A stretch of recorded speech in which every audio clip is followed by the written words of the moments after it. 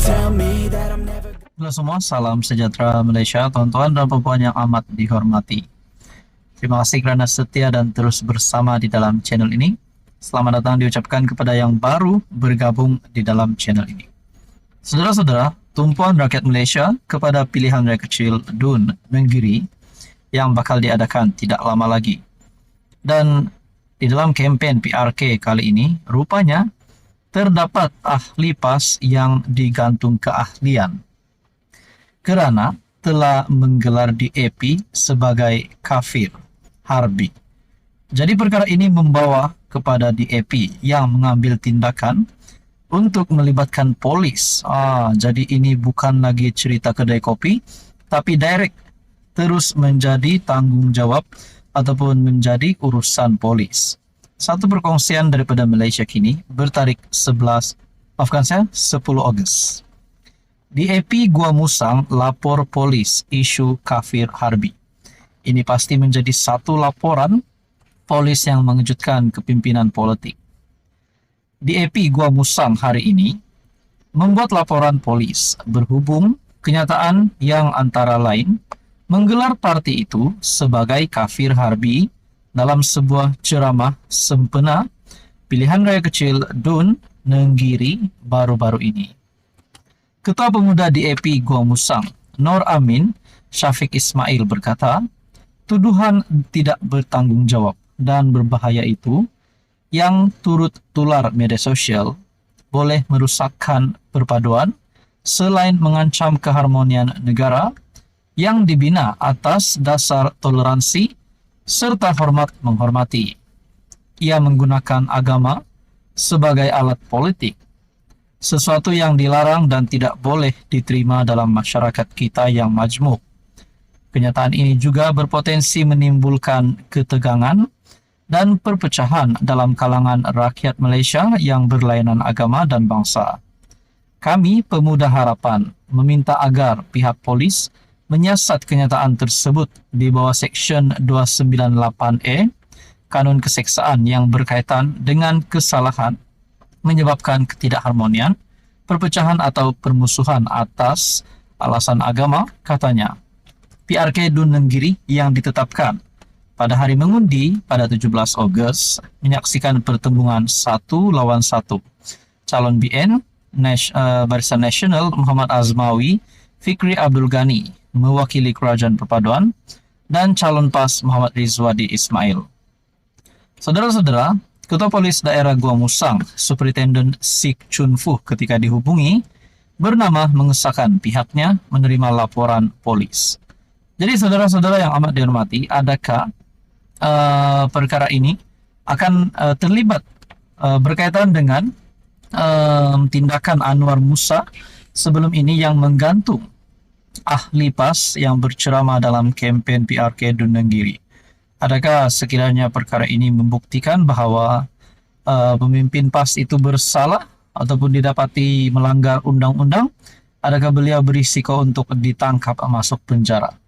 Jadi saudara-saudara, apa komen Anda berkaitan dengan isu ini?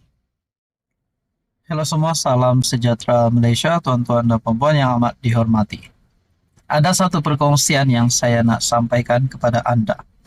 Ini adalah berkaitan dengan langkah Sheraton yang berlaku dulu, yang akhirnya menumbangkan kerajaan pada ketika itu.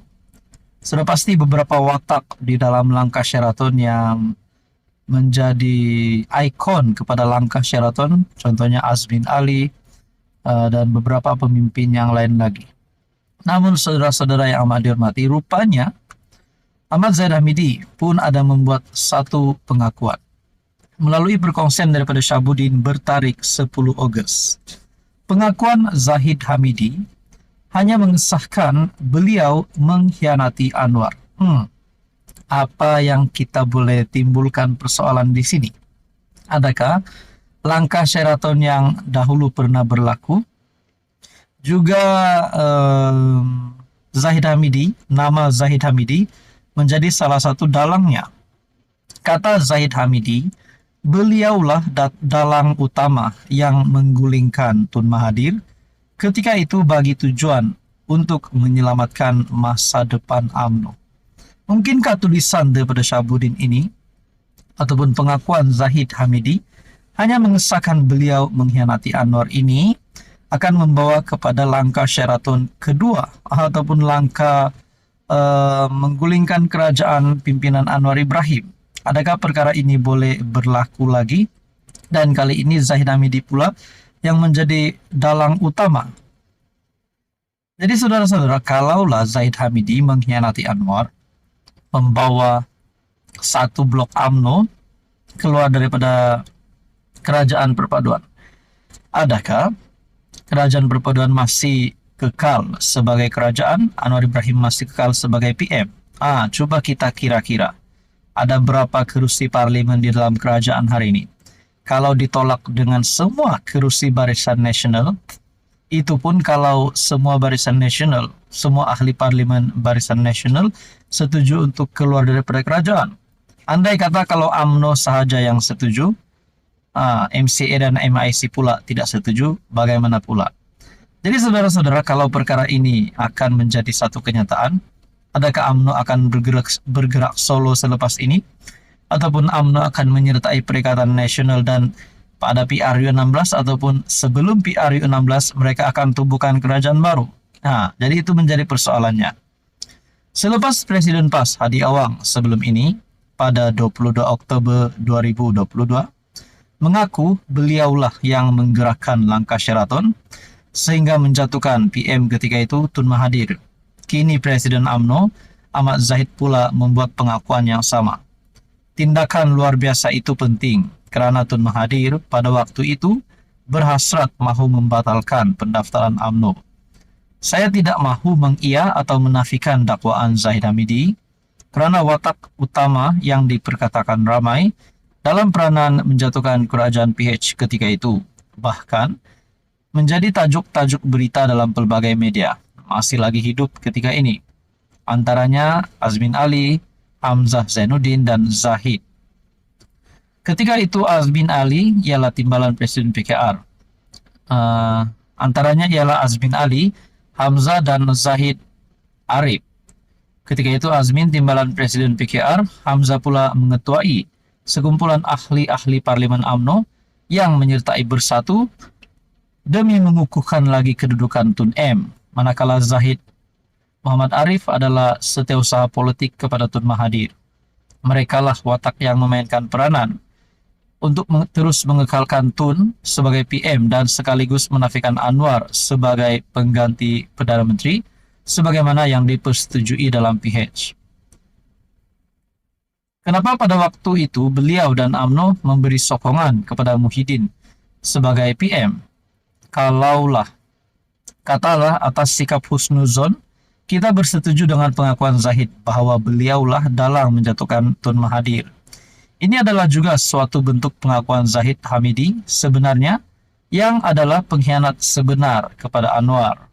Bukankah di atas meja Muhyiddin sudah ada kertas cadangan untuk mengharamkan UMNO? Mungkin pada ketika ini pengakuan Zahid Hamidi sebenarnya adalah pengkhianat sebenar kepada Anwar. Tapi mungkin pengakuan ini tidak lagi terpakai hari ini karena beliau bersama dengan Anwar di dalam kerajaan perpaduan. Itu pendapat saya secara pribadi. Dan di akhir tulisan daripada Syahabuddin, Anwar mungkin gembira dengan sokongan Zahid dan UMNO kepadanya kerana ia akhirnya membolehkan beliau menjadi PM.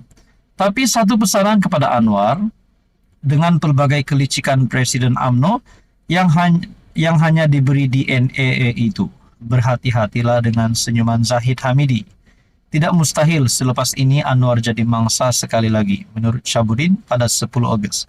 Jadi saudara-saudara, adakah Anwar Ibrahim perlu lebih berhati-hati dengan memecat Zahid Hamidi supaya beliau tidak ditikam belakang? Mungkin itu salah satu option. Jadi apa komen Anda berkaitan dengan isu ini?